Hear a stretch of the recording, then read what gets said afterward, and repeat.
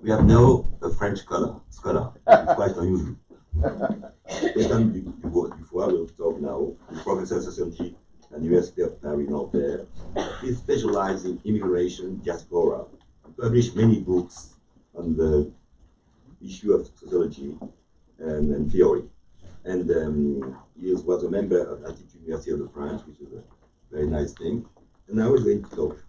Great. Well, thank you so much for the invitation.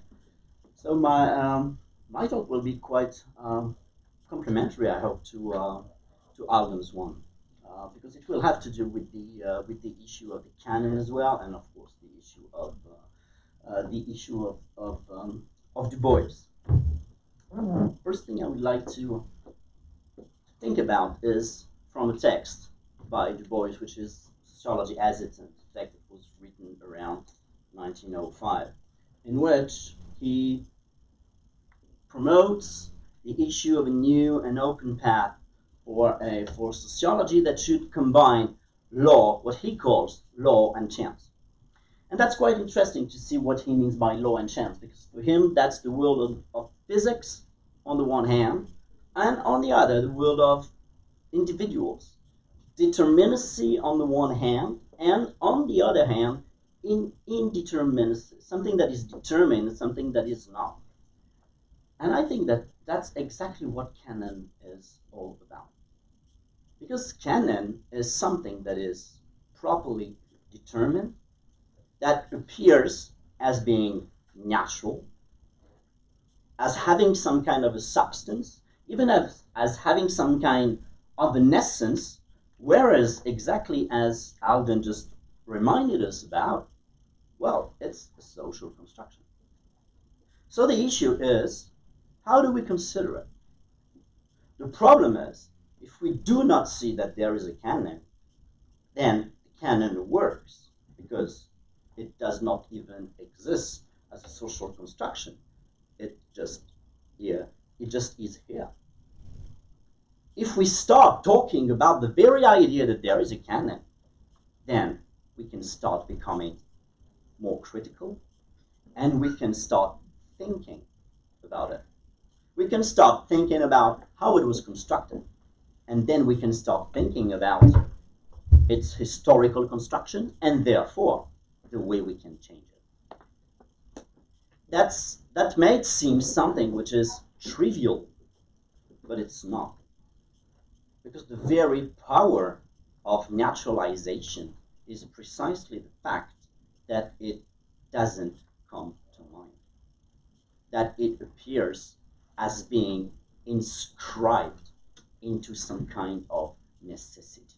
It doesn't have to be wondered about. It doesn't have to be reflected about. So the first step is, to my mind, to really start talking about the fact that there is indeed a sociological canon. What it is exactly is another idea. What we have to do about it is another idea as well. But let's take it as an assumption, because that's the only way for us to say, okay, then let's start working on it, and let's start think what it might be about. Was Du Bois a silent voice? Well, yes, just took a number of data.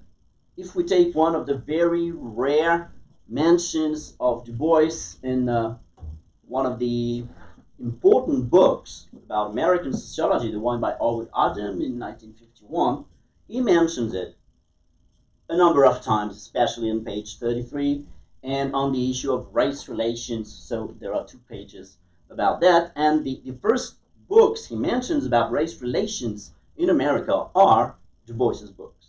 So, well, there's a kind of a recognition of Du Bois in those years. Green and Driver, in their book about W.E.B. Du Bois and sociology and black community in 1978, mentions that there are only 4 books related to the history of sociology or sociological thought that were published between 1916 and 1969 that mention Du Bois. Only 4 books, which is not a lot. But something struck me. When you read Earl Wright II, his book on the first American school of sociology, that is the sociological laboratory in Atlanta led by Du Bois, he writes that there was no study on the Atlanta Sociological Laboratory from Elliot Roderick's study in 1957 until Sean Gabin in 2001. And I was struck by that because I didn't have that impression at all.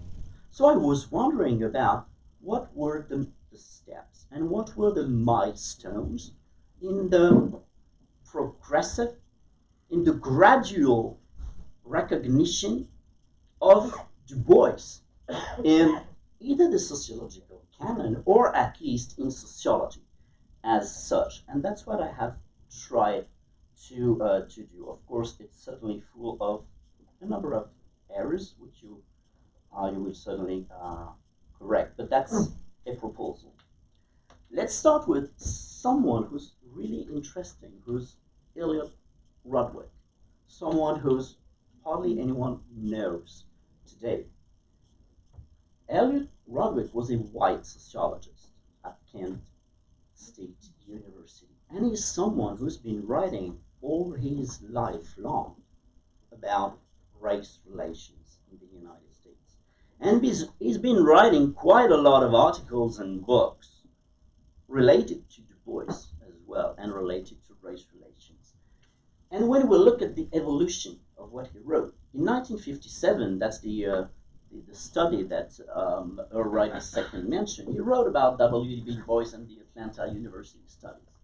And he's quite harsh on the Atlanta Sociological Laboratory. He says that, well, it's not systematic, there is no real research program, no research methodology, that there are no real results, and so on. But when you look at another article just 12 years later, it's called Note on a Forgotten Sociologist, which is not nothing. W.E.B. Du Bois and the Sociological Profession. It's only a 4 pages article, but there are quite interesting quotations that can come from this article. You have them here, well, some of them. The racial prejudices of the early leaders of the profession caused his work to be all but ignored. 1969, there is already concretely the idea that one of the reasons why Du Bois's work was not known and why he was not seen and understood as sociologists had to do with racial prejudices. And second, ironically, Du Bois, who by training and research orientation toward both empiricism and reform was part of the mainstream of American sociology. I'm not that sure of that sentence, but okay. As the discipline was evolving at the turn of the century, found himself relegated to the periphery of his profession. And that's only the beginning of a gradual evolution of Roderick's assessment of the place that Du Bois was occupying in the sociological profession. And it's funny that it's coming from a white sociologist, because we might have the idea that those who defend Du Bois's place in sociology are black sociologists and not white sociologists. But there were both.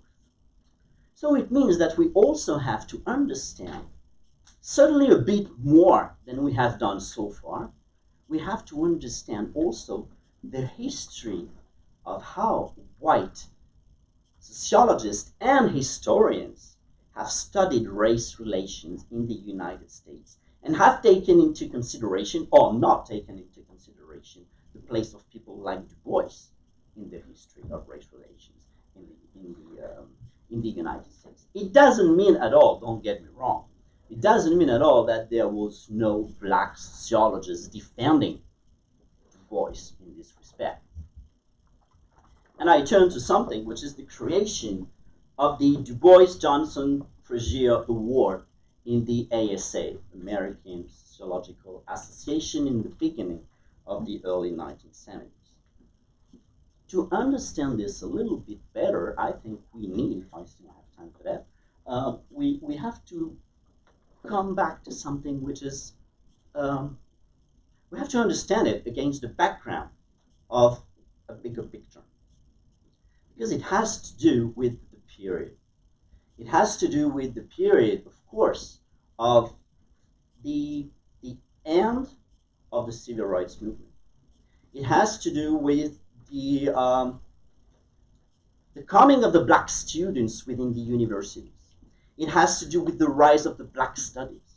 It has to do with the way of how many scholarly associations started to split up between black members and non-black members. And there is another ASA association that split up exactly that way, which is the African Studies Associations in the United States, with the creation of the African Heritage Studies Association by Henry Clark in the late 1960s, with exactly the same kind of ideas and exactly the same kind of process, that is, the creation of a black caucus. And here, that's what happened. During the annual Congress in 1968, there was an ad hoc black caucus that was created by black sociologists for a better inclusion of black sociologists in the ASA, for a better representation in the council, for instance. And when their claims were not really accepted, or as they considered that they had not really been fulfilled, then they decided 2 years later to officially create the Black Caucus, James Blackwell being appointed to the council of the ASA for the year 1970-1971. And one of the results of that was the creation of the award, this Du Bois Johnson Frazier Award, whose first prize was donated in 1971 to Oliver Cox. So there was already in 1971, there was a Du Bois Award in the United States. But we could say that it was a Du Bois Award as a kind of a black sociological award within the within the American Sociological Association. We have to know also that the Black Caucus became an independent institution in 1976. That is, did not remain a part of the American Sociological Association, but became an independent institution. But I think it's interesting to see how there is a relation to the whole evolution of American society and also of scholarly institutions of the time. There is another relationship between white scholars and black scholars with the publishing of that book, Black Sociologists, in 1974. That is part of a very famous series edited by a University of Chicago Press, which is the Heritage of Sociology. And that's quite interesting to have that kind of book of black sociologists published in the Heritage of Sociology series at that time. It was a series that was directed by Maurice Yanovitz and by James Blackwell. That is exactly the same guy we saw who was the leader of the Black Caucus in the ASA. And in that book, Elliot Rodway publishes another chapter on Du Bois that is entitled W. Du Bois as Sociologist, in which he writes this: in both his training and the quality of his published scholarship, Du Bois compares favorably with other sociologists. 1974. It always reminded me of the word that Max Weber pronounced before the German Sociological Society when he was back from the St. Louis, Missouri fair, where he had met Du Bois, and where he said that he had met in the United States the best social scientist he had ever met in North America, and that was W.E.B. Du Bois. And W.E.B. Du Bois was the only non-German person publishing an article in the Archiv für Sozialgeschichte, that was the journal created and led by Max Weber. This also we have to know. So of course we have a great recognition. I'll try to go a little bit quicker with that. I have just mentioned a few books and articles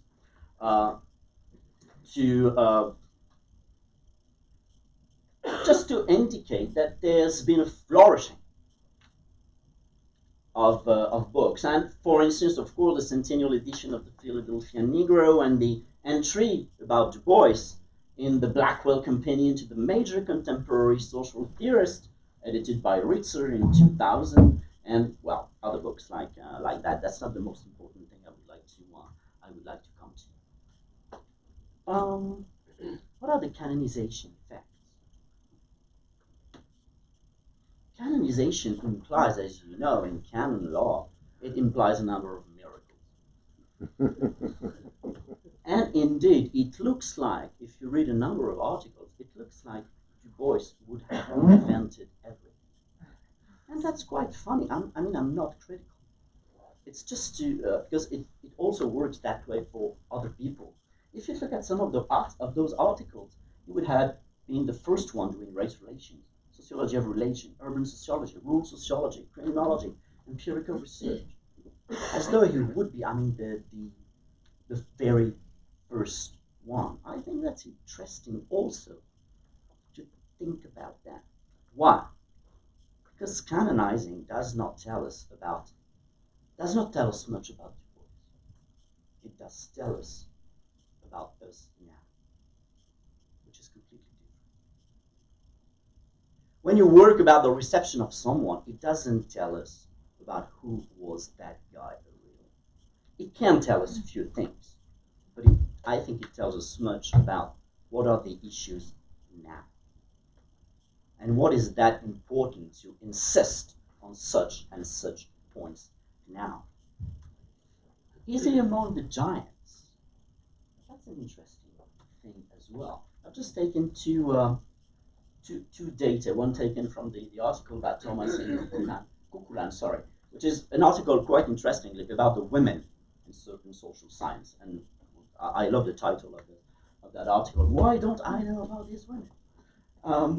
And they have taken 46 American syllabi given from 2000 and 2002. And these are the results.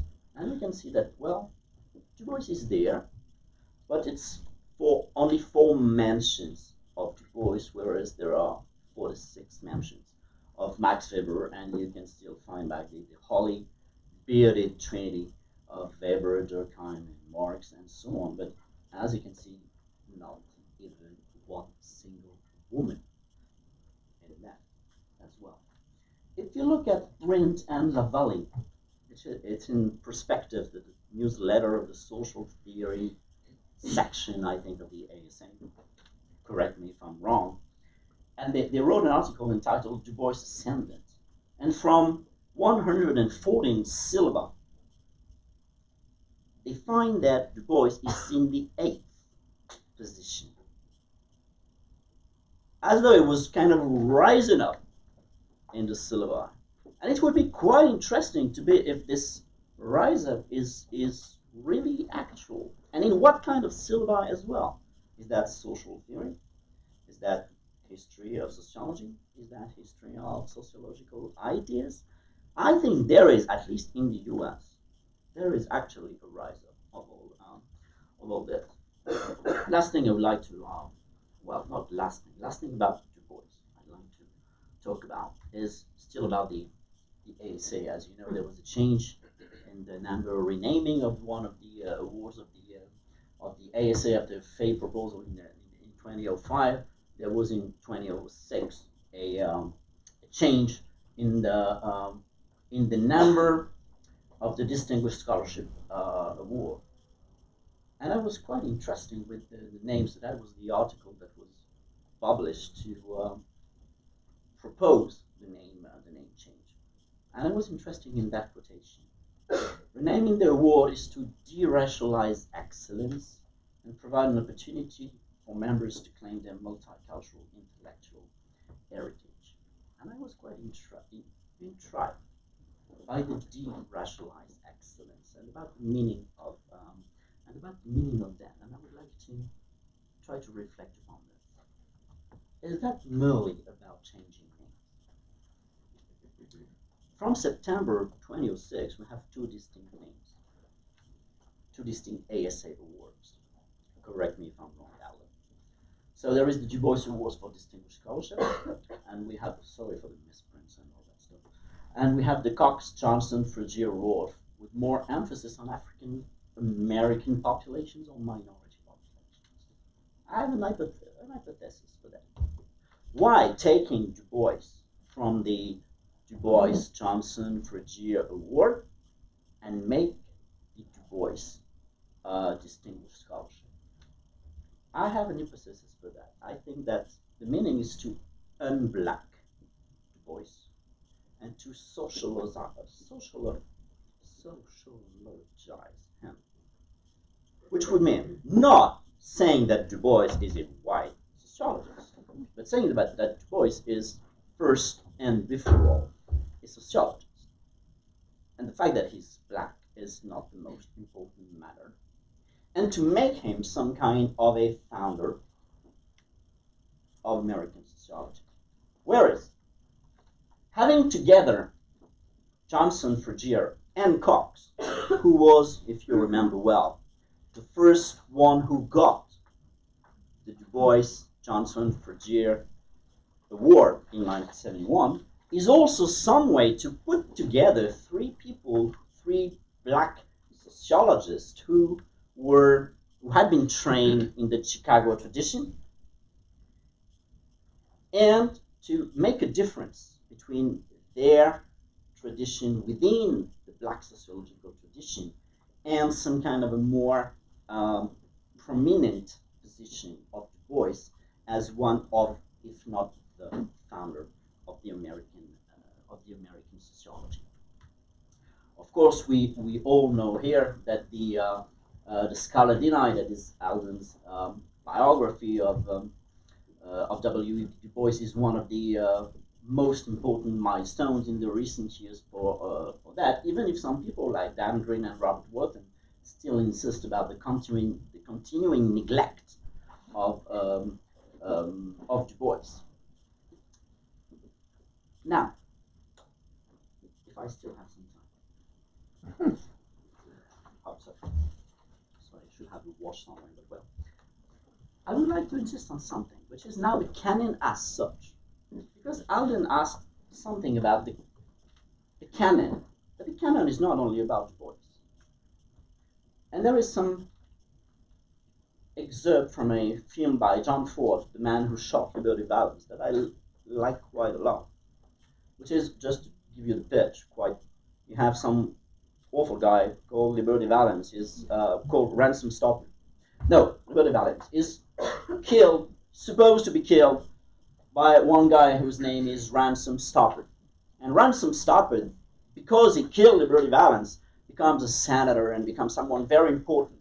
And you have Maxwell Scott, who's a journalist, and he finds out that, well, it's not Ransom Stoppard who killed Liberty Valance. And he shows him the evidence. And he decides that, well, he will not use this evidence in his journal. And he says this is the West, sir. I think the very idea of the West is important in this respect. This is the West, sir. When the legend becomes fact, print the legend. That's what the canon is about. The canon is a legend. Literally, etymologically, that it is something that has to be read. That's what legenda in Latin means. That's the legend. So the canon is necessarily something which is a fiction and which is constructed. What does the canon do? It creates a memory to be transmitted, repeated, and reproduced. But it also universalizes, as you just said, authors and concepts. It works with three different mechanisms, deshistoricization, despecialization, situation. You never talk about the way the books and the concepts that are in the canon were created. You just state them as granted for the very discipline.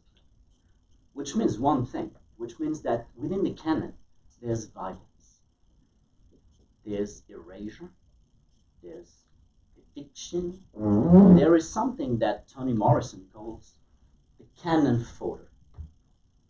And that's an interesting idea. That's an idea that she used in one of her Tanner lectures, Unspeakable Things Unspoken.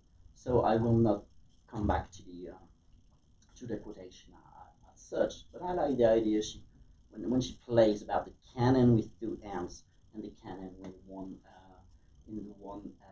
end. There's a violence in this, because when you say this is the truth, this is what you have to read, of course, it also implies that the rest is not important to read, that you don't even have to know it, and that it does not even belong to the very space, to the very epistemic space of the discipline. That's not only true of people like Du Bois. Okay, that's also true for women. Where are women in the social science canon? I just looked at this little thing from the book by Langemann and the book of Brantley about the women founders. They have compared the times of birth and death of a number of women who played a role in the early social science and the men we usually consider as being the founders or the classics. And those names of women, I mean, Marianne Weber and Florence Kelly and Harriet Martineau, are almost completely unknown. And sometimes are even more hidden in the American syllabi than the name of W.E.B. Du Bois, for instance. So where are they? Where is Ibn Khaldun? What do we do with Ibn Khaldun, who's been writing in the it's not BC, it should be CE, who's been written in the 14th century? CE, the author of the Al-Muqaddimah, and who was considered by people like Guglielmo Ferrero and Ludwig Gumplovich in the late 19th century as being a sociologist, and who now has almost completely disappeared as a sociologist, except in a number of countries of parts of the world. For instance, here, there is a return of Ibn Khaldun. If you take, for instance, the works by Syed Farid Alatas, who is a Malaysian sociologist working in Singapore, and who has written an entry about Ibn Khaldun in the third edition of the Wiley-Blackwell Companion to Major Classical Social Theorists in 2019. Exactly as with Du Bois, Ibn Khaldun is considered as being the inventor of sociology, of economic theory, of history, of economy, inventing almost everything, and the fact that his works could be used to explain many different things. That's my last one.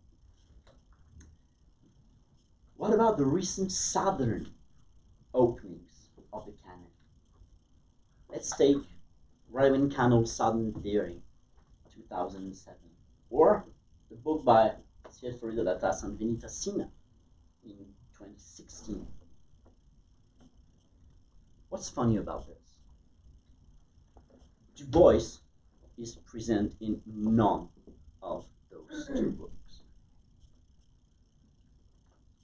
And I argue that hardly any book about the canonization of Du Bois really takes or pays attention to one of those two books. So of course, reconfiguring the canon is certainly an objective. And it's certainly something that would propel sociology forward for new paths, certainly. But then it would also mean that we have to talk together. And that we don't do much, actually. Because what does that mean? What is to be done with the canon? Just feminizing it? Okay, we can do that. Racializing it? I think we can do it too. Southernizing it? But what does that mean? Are we just adding people? And say, okay, we should read that one too? Or is the most important thing, first and foremost, thinking about the very issue of global power relations within our own discipline? And not only in one country like the United States, but in France, but in Germany, but in Europe, and thinking about a more global vision of what the discipline is. Thank you so much for your attention.